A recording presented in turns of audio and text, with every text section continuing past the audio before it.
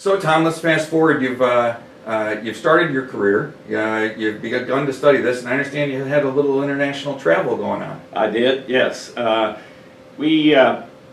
spent 4 years there at the College of Veterinary Medicine at Oklahoma State University trying to get funding for this. I tried to get funding from the Pork Producers Council. I tried to get funding from NIH, and my first pink slip from my review at NIH, one of the reviewers said, "It is uncertain if this disease exists or not." So I knew I was up against a roadblock, and I was doing what I call drug studies to pay for feeding the pigs and trying to maintain them, and started corresponding with Michael Denborough. And he and I were on the common ground that calcium was involved in this. I had done some studies there at Oklahoma State in the pig muscle that showed that if you remove calcium from the incubating bath for the muscle and expose it to halothane, the muscle didn't undergo the abnormal ATP response. And if you put calcium back in, it would produce an abnormal response.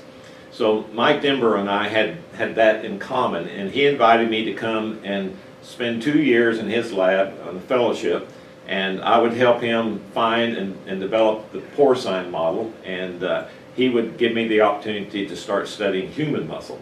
And so I had that experience then with Mike in Canberra. Now, how long were you in Australia? Almost 2 years. Right. And then from having met you and your wife here when I relocated to Wake Forest, you would tell us stories about you were pretty adventuresome eaters. You were willing to try anything, and you tried some interesting things in Australia. Care to share?